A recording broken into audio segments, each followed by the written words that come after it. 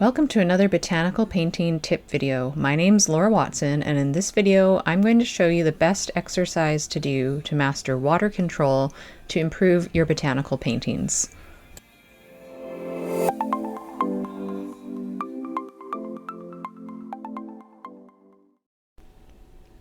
In this video I am using Neutral Tint by Holbein, which is one of my favorite colors in my palette, as well as one of the most common colors that I use to create shadow and depth and darkness in my colors for my botanical paintings.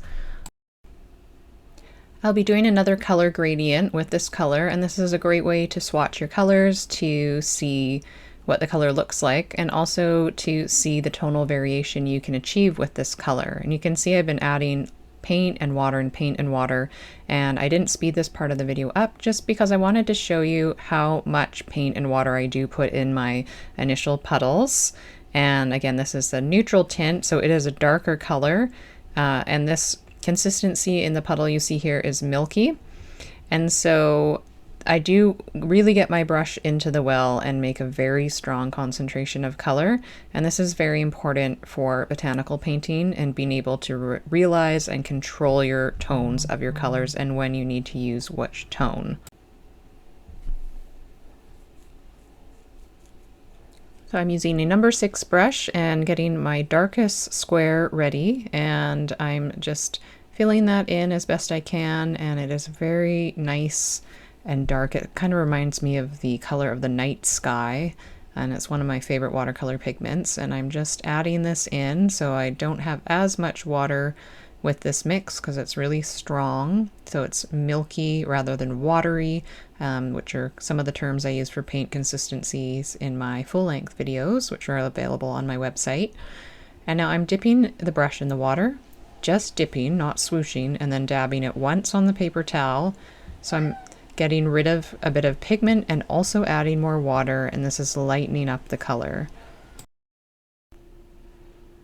I'd like to take a quick moment to invite you to a workshop I'm hosting this fall 2022 on Zoom. It's available for anyone in the world to sign up for, and it is completely free. You can click the link in the video description below to register and save your spot, and I'll be teaching you how to master water control and become the botanical painter you've always wanted to be. So you might wonder how this applies to botanical painting, and mastering water control is huge for botanical painting. It's the biggest reasons why I hear that my students struggle when they're learning. And so as a beginner for watercolor painting and learning how to paint botanicals, this is so important, and it's also really fun and relaxing to do. And the reason this is so important is because with botanical painting, you want things to look really harmonious and natural with plants, and you will be using different colors, but you want to be able to get different tones from each color that you use, because the more variation in tone and contrast you have, the more three-dimensional and realistic your plants will look.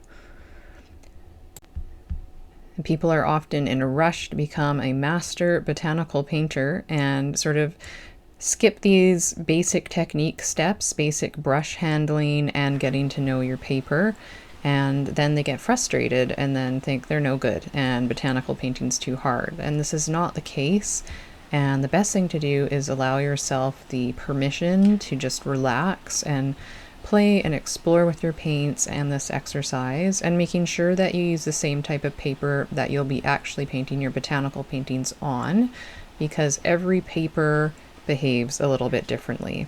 So it's not necessarily there's a better paper to use out there, though I do prefer 140-pound cold pressed fluid brand paper most of the time.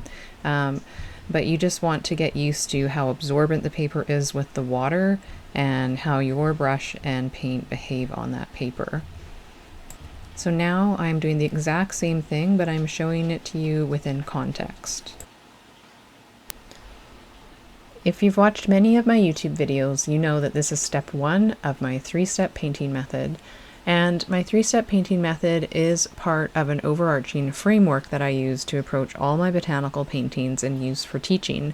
And that is a 5-part framework that involves reference material and observations, drawing, color, brush handling, and then using the 3-step painting method. When you're able to systematically approach all of these areas of botanical painting, you can become a master of botanical painting without too much stress and overwhelm. And I'd love to invite you to sign up for the workshop below that I'll be offering this fall 2022 on Zoom. So it's available for anyone in the world to sign up for, and it is completely free to attend and sign up for.